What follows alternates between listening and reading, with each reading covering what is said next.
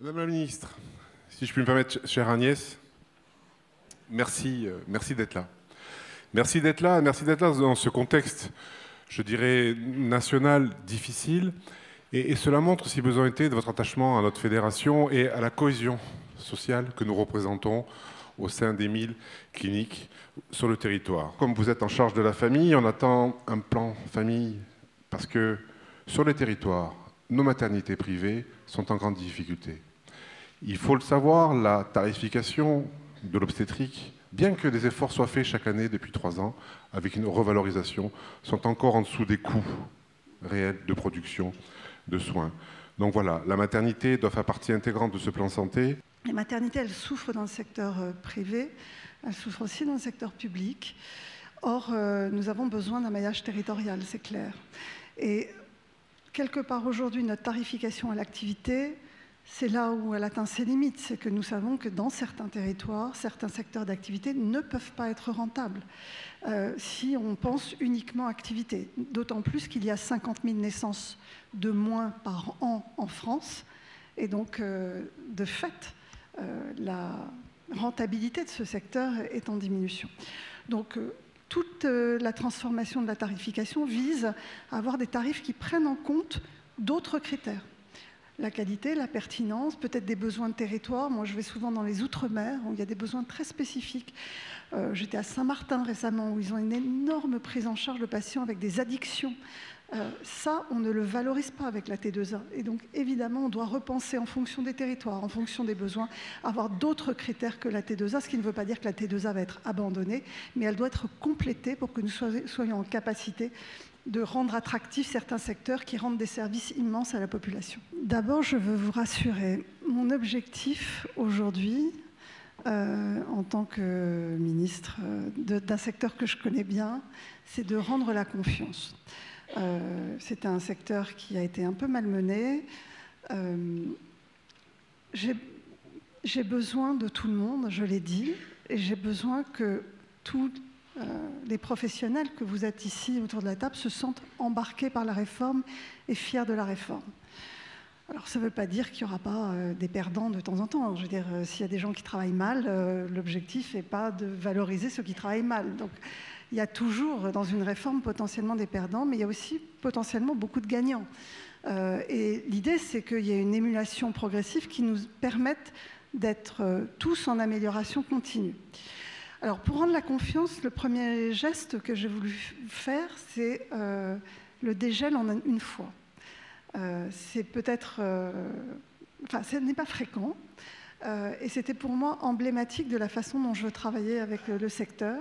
C'est de vous dire, faites-moi confiance. On va tous dans la même direction, qui est une réforme que j'espère intelligente du système de santé, où tout le monde se sente embarqué, dans lequel les soignants retrouvent une qualité de vie au travail, retrouvent du sens à leur travail, et on sait à quel point c'est important. La campagne tarifaire, vous le savez, est basée sur des volumes prévisionnels qui sont à la baisse, 0,4-0,8%. Tant mieux. Tant mieux. C'est aussi un signe de pertinence, s'il y a moins d'actes. Les volumes sont à la baisse. Il y aura également un coefficient prudentiel. Et on se dit, avec un Ondam à 2,5, qu'un tarif positif à minima de 1% est possible. Est possible. Donc, est-ce que vous pouvez prendre l'engagement, si les volumes sont respectés, si mes dires sont avérés, que nous aurons une campagne tarifaire à minima de 1%? Lamine m'a dit, avant que je rentre tout à l'heure, il m'a dit « Si vous êtes gêné, souriez ».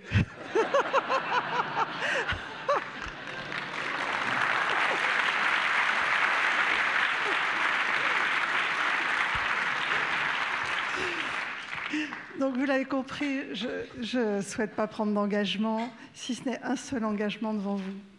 Je veux du bien au secteur, à tous les secteurs. J'ai besoin de tout le monde. Je suis la ministre qui vous représente. Voilà. Donc je ne peux pas dire mieux. Je suis là pour défendre ce secteur.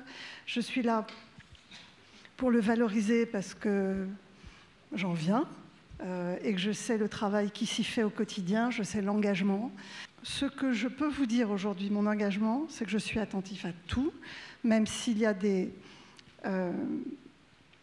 contraintes macroscopiques. Je suis à l'écoute Vous savez que quand vous avez des difficultés, vous pouvez venir me voir comme tous les secteurs et je n'oppose aucun secteur ou je n'oppose pas les secteurs les uns aux autres. Nous avons sorti ce matin un baromètre Via Voice qui a été fait par François-Mickey Marty sur justement l'approche des Français sur la ruralité. Ils ont une très large majorité exprimé ce que vous venez de dire, qu'ils se sentaient délaissés sur ces territoires-là. Et également, autre information, et c'est important pour nous, c'est que nous prenons notre part à l'accueil des urgences, 3 millions de patients.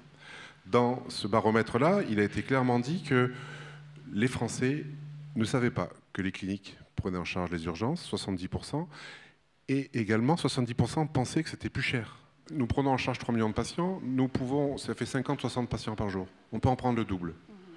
Et j'aimerais que vous nous aidiez à faire comprendre aux Français qu'ils peuvent venir chez nous. Je pense qu'il y a quand même une meilleure organisation territoriale à penser pour que ces établissements qui font des urgences puissent faire partie de l'offre de soins et donc fassent partie de la régulation. Pour conclure, quand même d'abord vous dire le plaisir que j'ai eu à venir faire un débat ouvert sans notes, hein, voilà, libre devant vous.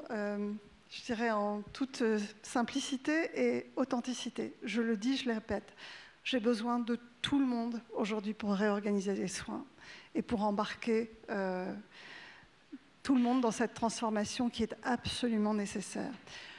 Je n'ai aucun a priori, je n'ai aucun tabou, je veux que ça réussisse et donc je suis heureuse de pouvoir débattre avec vous, voilà, simplement, en toute liberté, exposer mon point de vue. J'espère que vous me réinviterez l'année prochaine si je suis encore là, parce qu'en ce moment, parfois, on se pose des questions.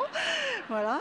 De toute façon, si ce n'est pas moi, je pense quand même que la transformation est bien engagée et j'espère que vous la continuerez avec ou sans moi. Merci. Je prends votre invitation. Merci.